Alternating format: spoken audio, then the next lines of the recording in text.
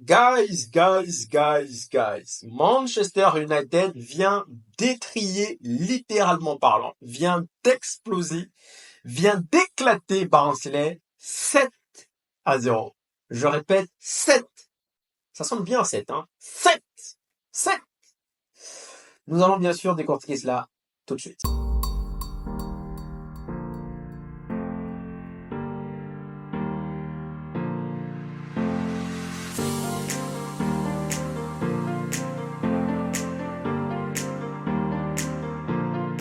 Alors guys, comme je vous le disais, Manchester United vient d'en coller 7.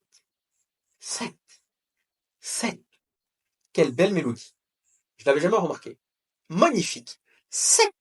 Manchester United vient de mettre 7 à Barnsley. Rapidement guys, on va temporiser. Cela reste Barnsley, faut quand même le mentionner. C'est une petite équipe qui évolue en 3e division, en Ligue 1. Même le week-end dernier, ils ont pris 3-0. Normalement, je vous l'ai dit dans le preview, cela ne devrait être qu'une formalité. Ce qui est bien, c'est qu'on a continué à marquer. Donc ça fait plaisir. Cela reste que Barnsley. Mais nous allons quand même prendre le temps, s'il vous plaît, de déguster, de savourer cette victoire. Parce que malheureusement, Manchester United et le chiffre 7 ne font pas bon ménage. Du moins dans notre sens. On a déjà vu 7, mais dans l'autre côté. Donc on va prendre le temps vraiment de savourer cette victoire. Manchester United qui marque 7. Ce qui fait plaisir, c'est que le week-end dernier, on gagne 3-0, donc 3-0, clean sheet à la clé. Aujourd'hui, on gagne 7-0. Quelle belle mélodie, 7-0, encore une fois, clean sheet à la clé. Donc, on vient de marquer 10 buts en 2 jours. Maintenant, certes, ça s'entend que c'est le dernier. Aujourd'hui, c'est une équipe de Barnsley, 3e division.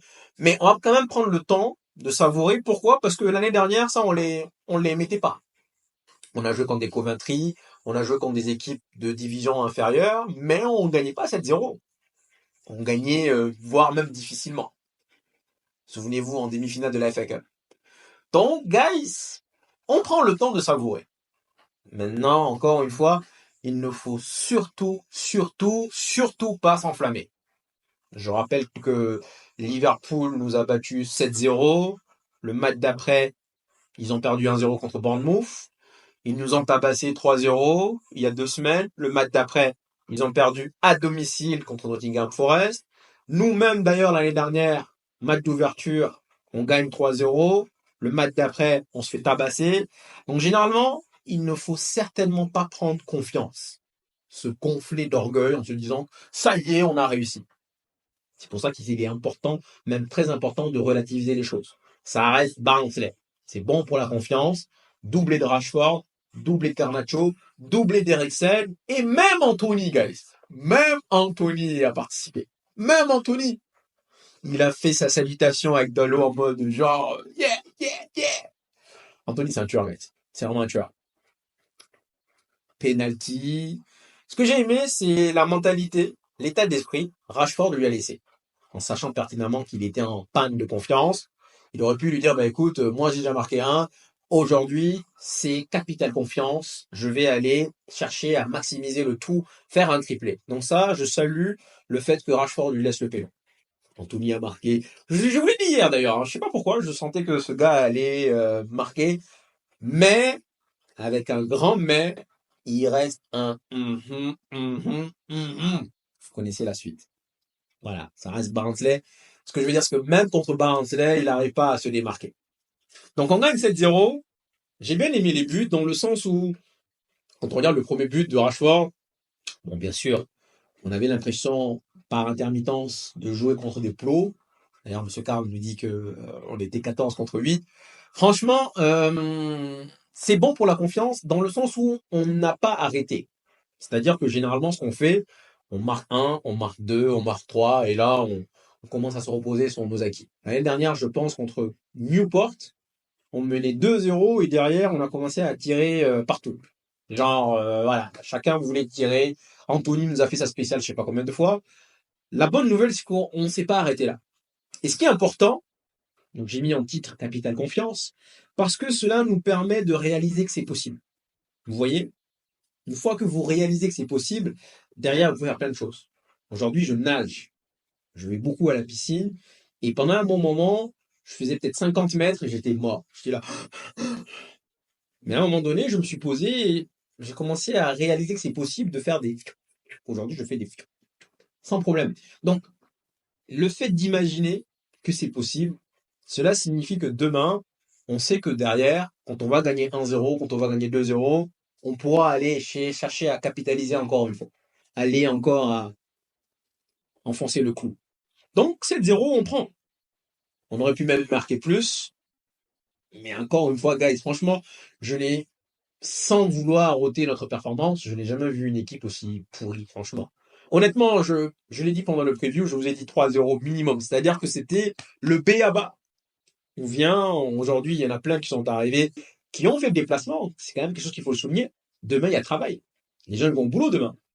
Donc, s'ils viennent, ils font le déplacement pour venir regarder le match, ils achètent les tickets. Voilà. Au moins, c'est bon de nous servir. Donc, la vidéo, guys, elle va pas beaucoup durer. Je vais en faire une autre plus poussée demain.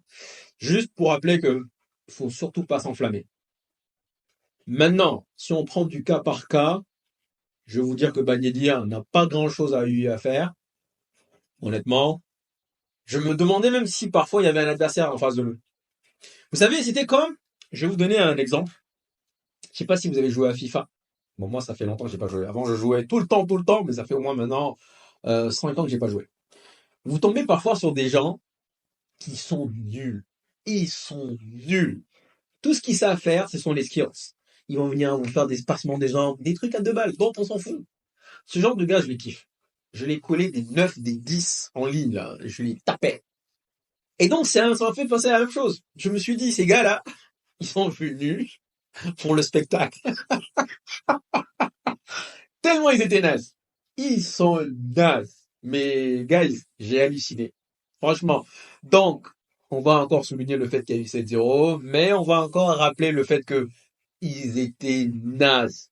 Je pense que mentalement, psychologiquement, physiquement, sur tous les points, quand on regarde le premier but de Rashford, ils sont deux contre lui.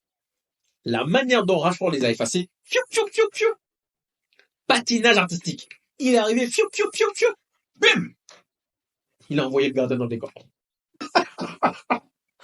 Non, guys, franchement, on est supporters de Manchester. Comme j'ai dit, on savoure. On profite de l'instant T. C'est pas tout le temps qu'on gagne 7-0, donc on profite en sachant pertinemment que les choses peuvent basculer très rapidement. Mais honnêtement, il y avait presque des fantômes. Il y avait le 7, je crois, qui a mis des coups, qui a essayé de relever le défi, mais ils étaient nazes. Donc Bagnédi, on n'a pas eu grand-chose à faire. Je sais pas s'il a eu à faire un arrêt, sincèrement, je sais pas. Je ne m'en souviens pas en tout cas. Maguire Evans, oui, bon, franchement, moi je les mettais dans ce match, histoire justement de faire souffler Delia, faire souffler Martinez, en sachant pertinemment qu'ils ne sont pas en danger, guys. Ils ne sont pas en danger, donc je me suis dit, on va les faire jouer. C'est bon. Mais guys, n'empêche que bien que c'était contre Barnsley, Maguire pour moi, il est pas bon. Enfin, il a fait un match correct, vous allez me dire, bien sûr, il y a 7-0, mais dans les relances, il te l'amène là dehors, il panique, je sais pas. Mais guys, c'est-à-dire que oui, on peut les utiliser, mais contre Barnsley, mais ce sont des joueurs que tôt ou tard, faudra s'en séparer. Evans, il arrive à la pré-retraite. Et ça, c'est dommage parce que on aurait pu garder Willy Cambois, mais je pense que Ten Hag lui a fait comprendre que derrière, dans la hiérarchie, il passait derrière Lindelof, derrière Evans, derrière Maguire, donc le petit, il a décidé de partir. Mais honnêtement, les deux là, l'année prochaine, j'espère qu'ils seront pas là. Aujourd'hui, ils ont dépanné. Latéral gauche. Colliers. C'est mon pote, lui. Lui, c'est mon meilleur ami. C'est mon nouveau pote. Je sais, hein. En fait, il va mettre de l'envie. C'est la raison pour laquelle je l'appelle McTominay Prime. C'est le petit frère de McTominay. Il va mettre de l'envie. Il va te montrer la gnaque. Mais ça, guys, dois-je rappeler qu'aujourd'hui, tous les supporters, je dis bien tous les supporters, ça serait un rêve pour nous tous, un jour, de se dire qu'aujourd'hui, je suis joueur, pas supporter, joueur de Manchester United. J'ai le maillot avec mon nom derrière. Mais guys, pour nous tous, hein, c'est un rêve. C'est notre club de cœur. Donc, je vous jure que tout celui à qui on va donner le maillot avec son nom derrière, en sachant que toute sa famille va le regarder, tous ses amis vont le regarder, tout le monde va l'envier. En gros, il faut utiliser le bon mot. Ils vont l'envier. Je vous jure que tout ça, vous allez vous battre. Mais se battre ne veut pas dire d'être bon joueur. Je suis désolé. Montrez la niaque. Ça veut pas dire que vous êtes bon joueur. Je suis vraiment désolé.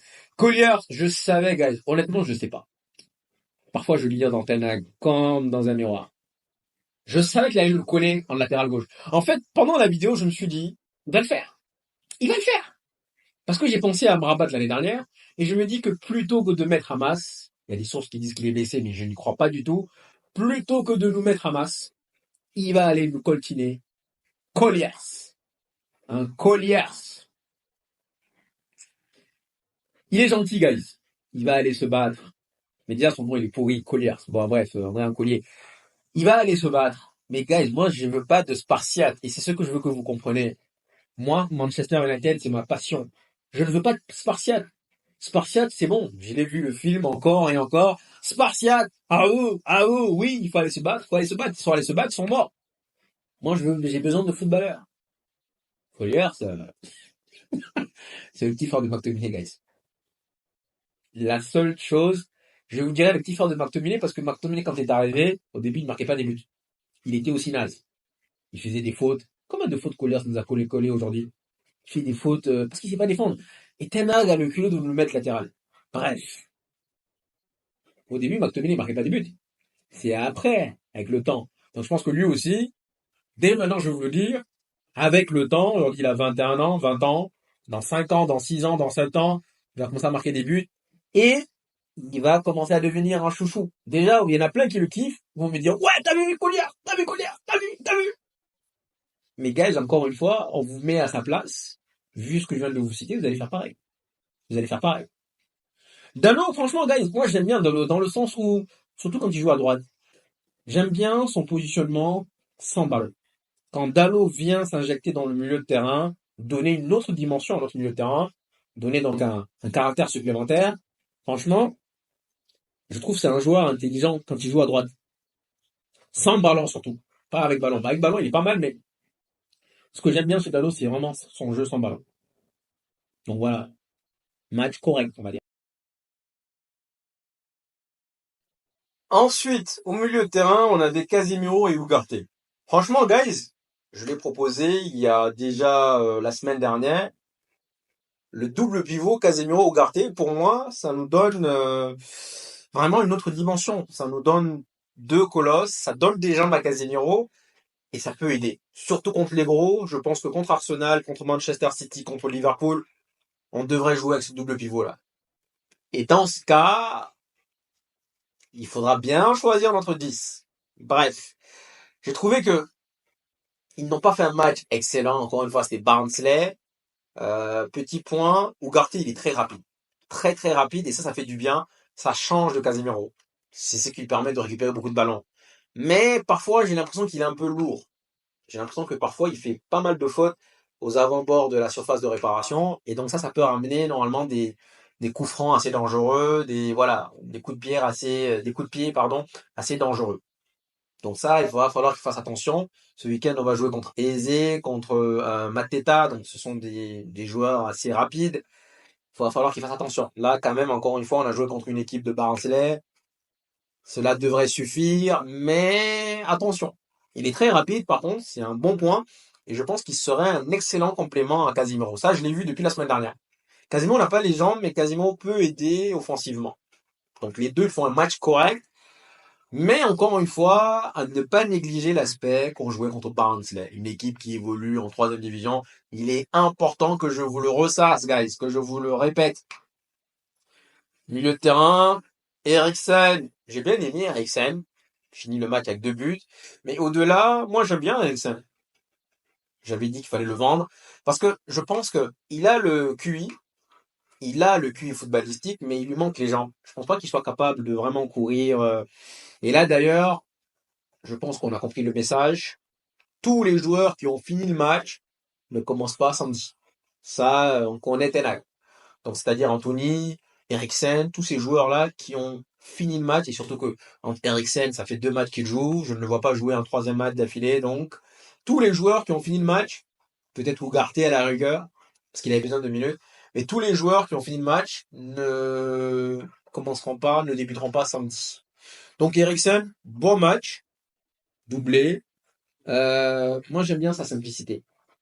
Et il n'a pas été extraordinaire, hein, gars. Il faut qu'on se dise. Je pense qu'il peut faire mieux.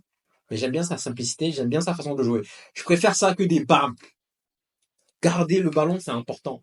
Plutôt que de toujours, comme un ballon de basket, enfin, un match de basket, comme Scholes l'a souligné, bam, bam, bam, bam, bam. Je préfère ça. Et c'est l'une des raisons pour laquelle moi, Bruno, je suis pas fan. C'est l'une des raisons. Donc, Eriksen, match correct. Rashford te met un doublé. J'aime bien son deuxième but, dans le sens où il te la met plat du pied entre le poteau et le gardien.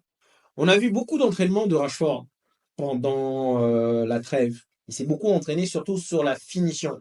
Après, il manque pas mal de déchets, hein, Rashford, dans ses dribbles, dans ses décisions. À un moment donné, sur le but de Garnacho, le troisième but, donc juste avant la mi-temps, il arrive, ils sont 4-5 autour de lui. Il arrive, il continue, il continue, il continue, il insiste, il insiste, il insiste. À un moment donné, il faut qu'il apprenne le mot lâche. Lâche ta balle. Lâche ta balle, Rashford.